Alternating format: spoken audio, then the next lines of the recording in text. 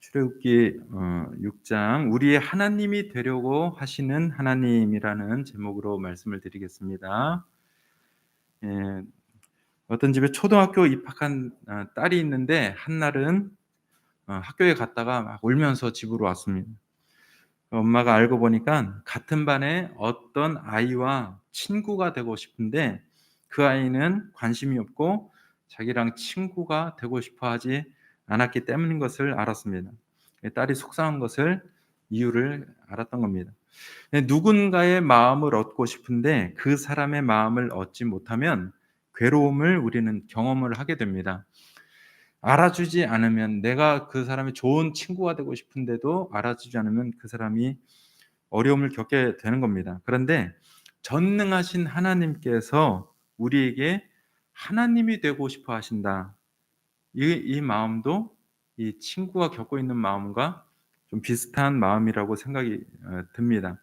하나님께서 우리 사람과 가까이 있는 하나님이 되어 주시고 싶다. 이 마음을 오늘 6장을 통해서 우리에게 보여주신 줄 믿습니다. 6절에서 7절에 보니까 그러므로 이스라엘 자손에게 말하기를 나는 여호와라 내가 애굽 사람의 무거운 짐 밑에서 너희를 빼내며 그들의 노역에서 너희를 건지며 편팔과 여러 큰 심판들로서 너희를 속량하여 너희를 내 백성으로 삼고 나는 너희의 하나님이 되리니 이렇게 말씀을 하고 계십니다. 세상의 모든 인간은 창조주 하나님께 대하여 죄를 지은 존재들입니다. 이 세상 그 동서고금을 막론하고 이 세상에 존재하는 모든 사람들은 하나님에 대하여 죄를 갖지 않은 사람이 없습니다. 거룩하신 하나님께서 거룩한 존재로 인간을 창조하셨는데 거룩하신 하나님의 보호하심을 팽개치고 그 거룩함을 잃어버린 존재가 되었기 때문에 하나님 앞에서 다 죄인이라는 겁니다. 거룩하게 나왔는데 거룩함을 내팽개치고 그 거룩을 주신 분을 잃어버렸다. 하나님 앞에는 다 그것이 죄가 되는 겁니다. 근데 그럼에도 불구하고 하나님은 이 죄악에 빠진 인간을 사랑하시고 또 포기하실 수가 없었습니다. 우리 자녀들이 어떤 허물이 있다고 해도 포기하지 않는 것처럼 부모가 하나님께서도 하나님이 지으신 사람을 포기하실 수가 없었습니다. 그래서 갈대아 땅 우르의 어딘가에 살고 있었던 아브라함을 불러내서 하나님의 백성을 만들겠다고 약속을 하시고 세상에서 소망 없는 이 존재로부터 소망 있는 존재가 되게 하신 것입니다. 하나님께서 부르시기 전에 세상에 살던 사람들은 먹을 것과 입을 것과 또 살 땅과 이런 것들을 가지고 그냥 세상의 시간이 흘러감과 동시에 소망 없이 사라지는 존재들이었습니다. 그런 존재들을 누군가를 불러내서 한 사람을 대표적으로 불러내서 내가 소망 없는 세상에서 소망을 주겠다라고 일방적으로 하나님께서 약속을 베풀어 주신 것입니다. 이스라엘 백성이 사는 세상이 소망이 없었던 이유는 하나님을 잃어버린 채로 살고 있기 때문입니다. 그리고 하나님을 찾았어도 하나님과 동행하면서 살아가는 길을 몰라서 하나님의 도우심 받을 줄 몰랐고 보호하심 받을 줄을 알지 못했기 때문에 소망이 없었다는 겁니다. 우리 집안에 아무리 부자가 갑부가 있어도 그 사람을 알지 못하고 그 사람의 도움과 보호심을 받을 수 있는 길을 알지 못하면은 그림의 떡인 것과 같습니다. 조상을 통해 듣던 하나님은 조상의 하나님이었을 뿐 현실은 이스라엘 백성들의 현실은 애굽 사람들이 섬기는 우상이 더 이스라엘 백성의 마음과 일상에 깊이 관여한 상태였습니다. 조상들에게 하나님의 소문을 들었어요. 그러나 들었지만 실생활은 애굽 사람들이 섬기던 우상이 우리 가정에 또 우리 마음속에 가득가득 차 있었다는 얘기입니다. 그래서 더더욱 하나님의 나라에 합당하지 않은 모습으로 살고 있었습니다. 이스라엘 백성에 대한 하나님의 마음은 그렇게 소망 없는 세상에서 영원한 소망을 가진 백성이 되도록 만드시는 것이었습니다. 그것은 잃어버렸던 거룩하신 하나님을 먼저 찾고 영원히 동행하면서 살아갈 수 있는 거룩한 자녀가 되게 하는 것입니다. 그러므로 세상을 살아가야 할 이스라엘 백성의 인생과 운명에는 그 소망을 빼앗고자 하는 세상의 공격과 괴롭힘이 항상 존재하게 됩니다. 왜냐하면 하나님이 찾아오시기 전에는 이 세상이 이 사람들 소망 없는 세상에서 소망을 알지 못하도록 붙잡고 있었는데 하나님이 오셔서 누군가를 부르시고 그들을 빼낸다고 하니까 세상이 공격하고 억압하고 가만히 있지를 않는 겁니다. 참 이상하게도 교회에서 또 성도들이 누군가에게 복음을 전하잖아요. 그럼 예수님을 믿겠습니다. 믿으려고 하는 순간에 세상은 가만히 안 있고 일을 해요.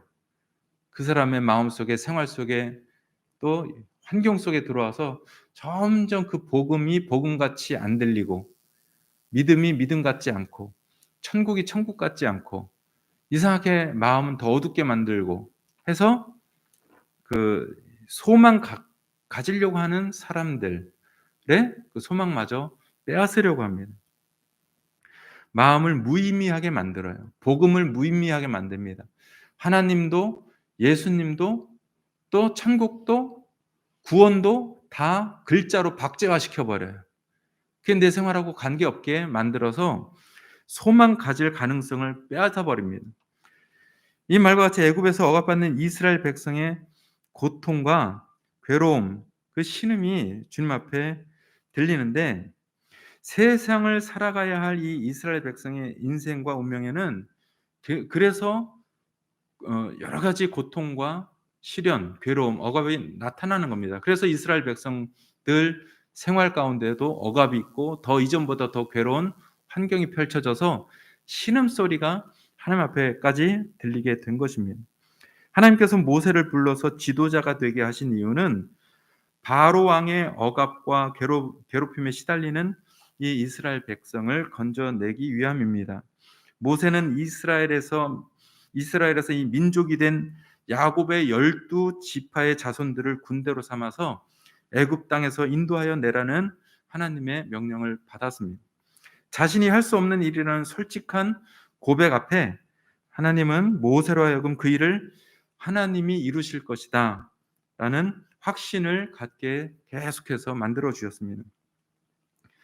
사실 우리가 세상을 살아가는 건 하나님 없어도 다 우리가 살 수 있는 일들이에요. 그러나 하나님이 도와주시 않으면은 우리가 감당할 수 없는 일들이 너무 많습니다. 세상을 살아가는 거, 또 지금 위의 일들, 하나님이 약속하시고 하나님이 행하지 않으시면 이루어질 수 없어요. 그 당시에 그럼 하나님이 다 나타나셔서 그냥 하나님이 하시면 되지, 그게 아니라는 거예요. 사람들이 살아가는 세계에 하나님께서 항상 옳은 길, 좋은 길, 약속된 길, 복된 길, 하나님의 도우심이 없이는 새로운 소망을 보기가 어려운 게 사람의 운명이고 인생입니다. 하나님의 강한 손으로 말미암아 결국 바로 왕은 이스라엘 백성을 애굽에서 쫓아내게 될 것이라고 하셨습니다. 하나님은 노역으로 억압받고 괴로운 이스라엘 백성을 애굽에서 건져내시려는 마음뿐만 아니라 애굽에서 건져내신 이 이스라엘 백성에게 조상 때부터 약속하신 그 젖과 꿀이 흐르는 땅을 주고 싶으셨습니다. 이 이스라엘 백성이 후손들이 알지도 못하고 관심도 없는 그 약속의 땅을 하나님은 주고 싶으신 분이에요. 하나님께서 그렇게 하시려는 이유는 너무나도 단순하게도 이스라엘 백성의 하나님이 되고 싶으셨기 때문입니다. 하나님이 살아계시고 하나님이 만물의 창조주시며 하나님이 소망 없는 세상의 백성에게 소망을 주실 수 있는 전능자이심을 이스라엘 백성들이 다 알기를 원하셨습니다. 그래서 하나님께서 하나님이 되고 싶다고, 너희 하나님이 되고 싶다고 오늘 그렇게 모세를 지도자로 세워서 그 사실을 알리도록 불러내신 것입니다. 그렇게 먼저 불러내신 이스라엘 백성의 하나님이 되셔서 온 세상 모든 사람들에게도 하나님이 되고 싶으신 분이 바로 우리의 유일하신 하나님의 소원이십니다. 이스라엘 백성들에게 먼저 하나님이 되셔서 그래서 온 세상의 사람들에게 하나님이 되시려고, 유일하신 참신이 되시려고, 그 이유는 이 세상에 우리가 소망 없이 살아가는 것이 안타깝기 때문에 하나님께서 우리에게 전능자로 계시고 싶으신 것입니다. 이스라엘 백성의 하나님이 되고자 하시는 이 하나님의 열망은 오늘 우리 모두의 하나님이 되고자 하시는 하나님의 사랑의 편지고 기록입니다. 오늘 출애굽기 6장은 하나님께서 저와 여러분의 하나님이 되시려고 내가 이런 사랑을 가지고 있다라는 그 열망을 우리에게 기록으로 남기신 거예요. 이건 우리에게 주시는 편지와도 같습니다. 우리는 전능하신 하나님께서 우리의 하나님이 되고 싶어 하시는 이 마음을 받아서 전능하신 하나님과 인생을 동행해 나가야 될 줄 믿습니다. 각기 다른 형편과 상황 속에서 우리가 인생을 한 해 한 해 살아가지만 하나님은 그 한 해 한 해 한 순간순간 우리의 하나님으로서 동행하고 싶어 하신다는 거예요. 건강한 사람에게나 또 가난한 사람에게나 또 앞이 어두운 사람에게나 능력이 있는 사람에게나 없는 사람에게나 항상 그 옆에서 같이 동행해서 하나님이 약속하신 땅, 약속하신 나라까지 안전하게 갈 수 있을 때까지 동행하기를 원하시는 것이 우리 하나님의 마음이고, 그래서 내가 너의 하나님이 되려고 한다. 그래서 이스라엘의 하나님이 되려고 한다 말씀하시는 것입니다. 이것이 우리를 사랑하시는 하나님께 대한 올바른 응답이에요. 하나님, 저의 하나님이 되고 싶습니까? 그럼 제가 동의하겠습니다. 이렇게 반응이 나와야 되는 겁니다. 그렇게 해서 다시는 하나님을 잃어버린 세상에서 고통과 괴로움에 빠지지 않는 인생이 되기를 하나님께서 바라시는 대로 인생이 될 줄 믿습니다. 지금도 하나님께서 나와 동행하신다는 사실을 모르고 또 그 동행하는 방법을 모르면 당하지 않아도 되는 고난, 당하지도 않아도 되는 괴로움, 여기에 빠질 수 있기 때문에 우리는 하나님과 동행할 때 더 이상 그런 인생길을 밟아가시면 안 될 것 같습니다. 오늘 그렇게 우리를 찾아와 주셔서 우리의 여호와 하나님이 되고자 하시는 하나님의 사랑을 다 받을 수 있도록 간절히 사모하는 성도님들 다 되시길 바랍니다.